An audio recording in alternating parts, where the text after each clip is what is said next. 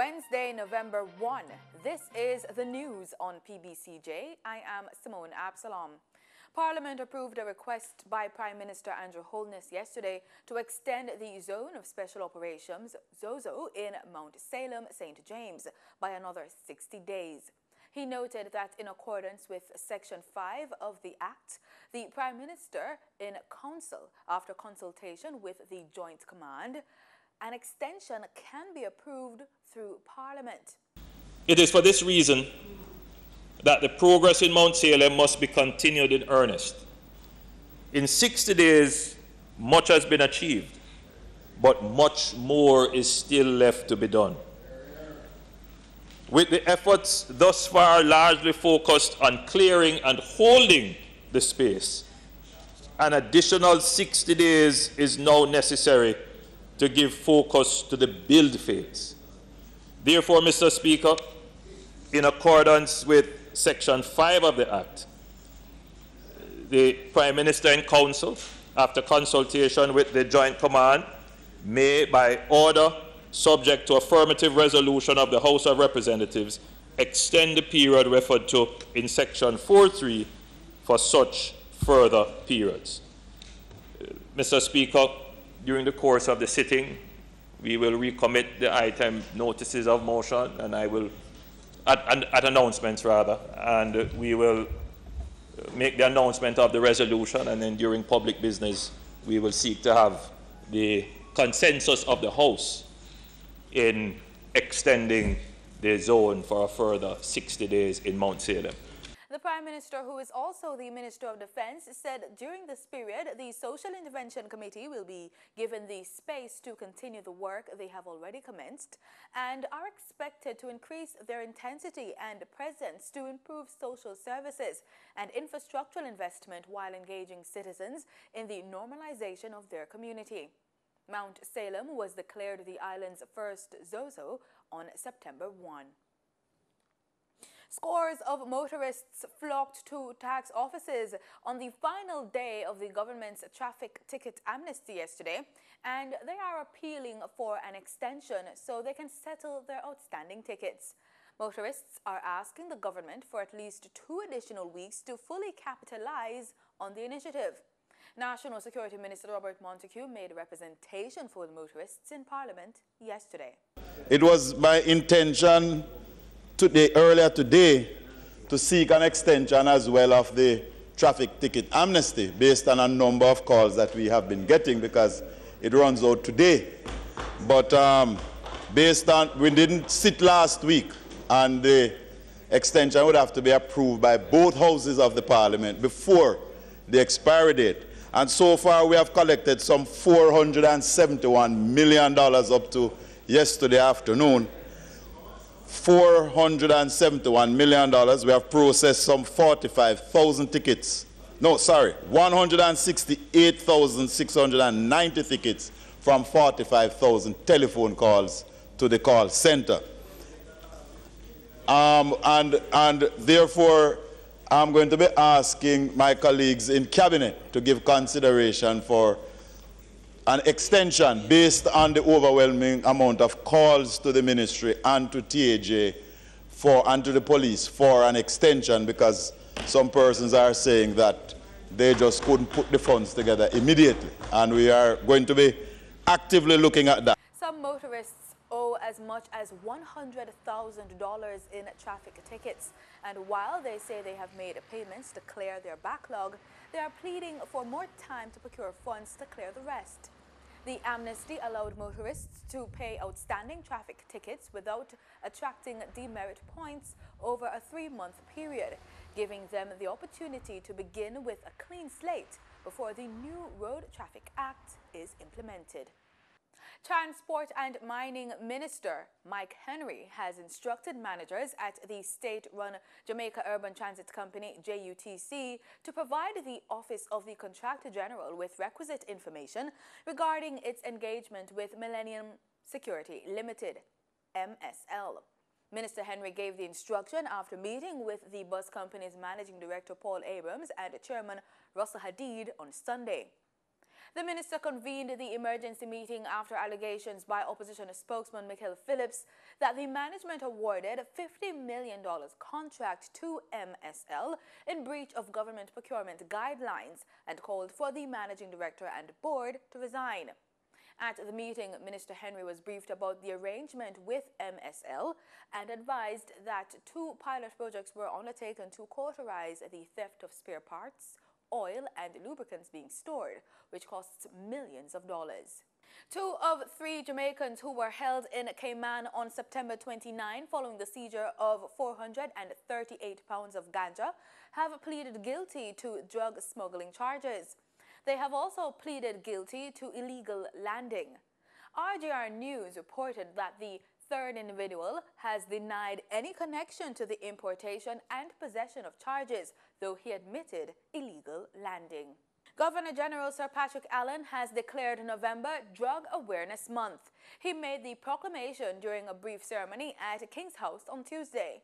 In attendance were members of the National Drug Council on Drug Abuse, NCDA. The organization charged with the responsibility of educating the general public about the dangers of drug use and of preventing the indiscriminate use of drugs. In making the declaration, the Governor General commended the work of the NCDA and urged Jamaicans to participate in the activities planned for the month. 48-year-old Wentworth Graham of Little Greendale, Spanish Down, St. Catherine, has reportedly been missing since Monday, October 30. The Jamaica Constabulary Corporate Communications Unit made that declaration. They say he is of dark complexion, slim build, and is about 175 centimeters or 5 feet 9 inches tall. Reports from the Halfway Tree Police are that about 1 p.m., Graham was being treated at the Spanish Down Hospital when he left the facility and has not been heard from since.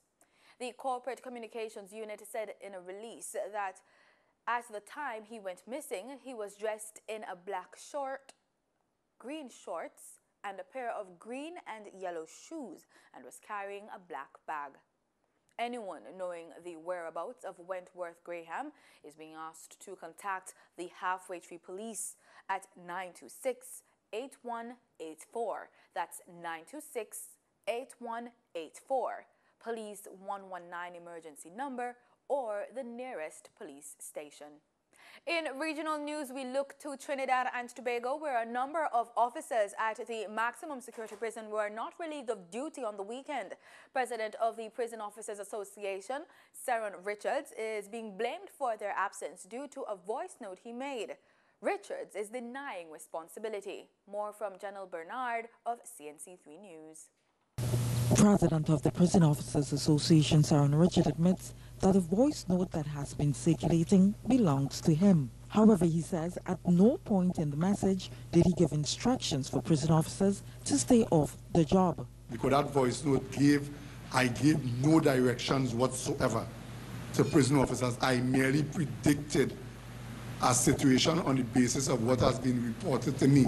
Richard says a press release from the National Security Minister indicating that legal action may be taken against the author of the voice message is counterproductive.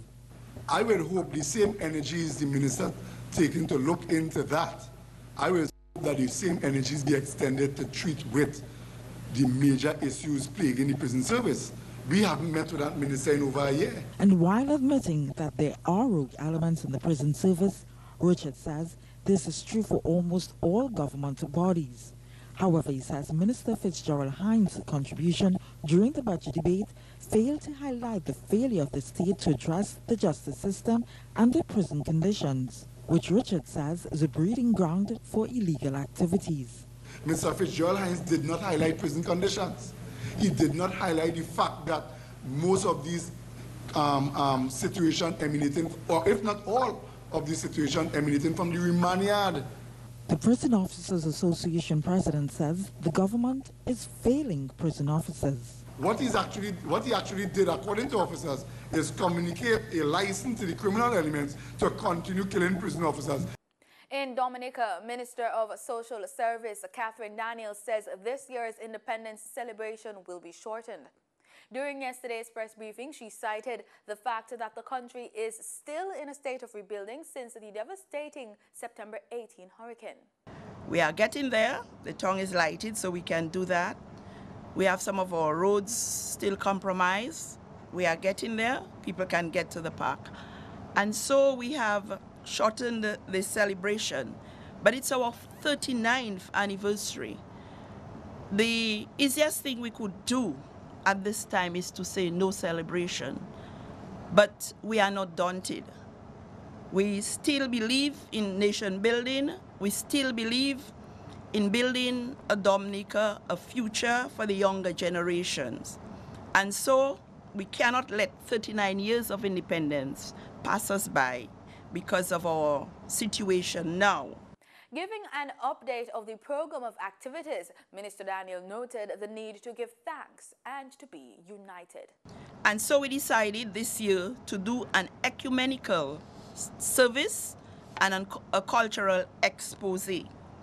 So we will have a military presence with uniformed guards. We'll have a guard of honor with the uniformed forces, the cadet corps, fire and ambulance services, prison services, and some of our military people who are here helping us will be part of that cultural expose, will be part of that military parade that we want to have. As you may have heard, Dominica will be celebrating its 39th year of independence, as well as 50 years as self-governance state this month. Dominica gained independence on November 3, 1978.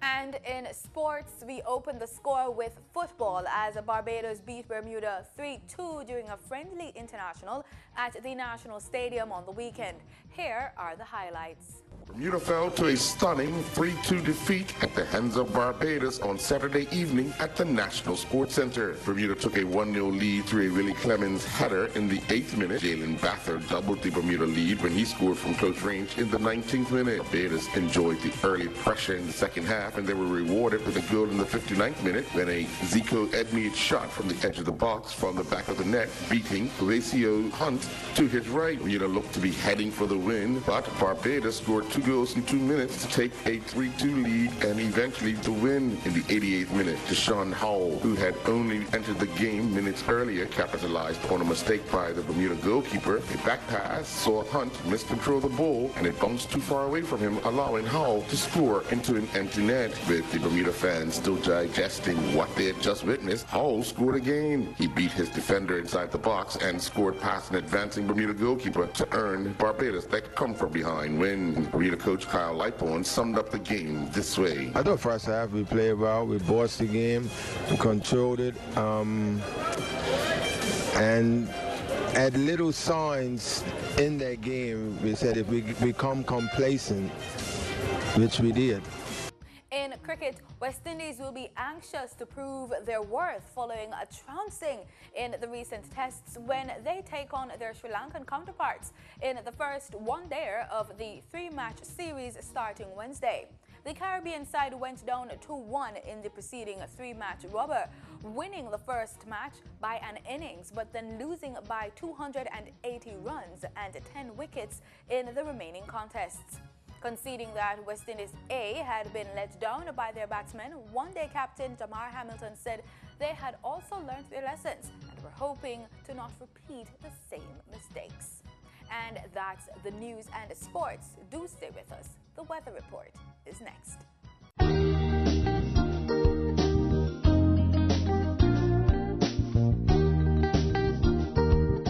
This is PBCJ's weather report. Thanks so much for staying with us. Let's start with our local currents. In Kingston right now, the temperature is just about 31 degrees Celsius. We're also seeing a forecast of some rainfall this afternoon. We're also seeing that the sun is set to go down in Kingston at 6:33 p.m. Let's take a look at Kingston's 7-day forecast. we're seeing there's a chance of rainfall throughout the west of the week leading into next week. And we're also seeing an average temperature between 23 and 32 degrees Celsius. So ensure that you plan accordingly. Over there in Montego Bay, St. James, it's pretty cloudy in certain areas with an average temperature between 11 and 29 degrees Celsius forecasted for today. This evening, the sun is set to go down at 6:33 p.m. in Montego Bay. Let's take a look at the 7-day forecast. We're seeing that it's going to be cloudy for the rest of the day, but there is sunshine on Thursday with a 10% chance of rainfall. We're seeing a forecast of scattered showers in St. James on Friday and throughout the weekend leading into next week. We're also seeing the average temperature could be between 23 and 29 degrees Celsius. As we take a look across the island and the rest of the parishes, we're seeing an average temperature between 29 and 32 degrees Celsius. We're also seeing scattered showers forecast today across most parishes. And tomorrow we can expect scattered showers in the eastern end of the island, which should be pretty sunny out in the western parts over there in Negril and over there in Black River St. Elizabeth. We're also seeing an average temperature between 29 and 33 degrees Celsius. In our forecast across the Caribbean, we're seeing possible showers in several countries across the Caribbean tomorrow. We're also seeing an average temperature between 29 and 30 degrees Celsius. It should be pretty cool out over there in the Bahamas. We're seeing a temperature at 27 degrees Celsius and a forecast of scattered showers. And in our travel planner, we're looking at the United States, where it should be sunny skies in Los Angeles and Miami, but there is a forecast of rainfall for some areas of New York. The maximum temperature for these areas goes up to 29 degrees Celsius with a minimum of 13 degrees Celsius. Let's now take a look at our travel planner for Europe. We're seeing rainfall over there in Madrid, but it should be pretty sunny out in London. We're seeing a minimum temperature at 3 degrees Celsius with a maximum temperature at 19 degrees Celsius for these areas on your screen.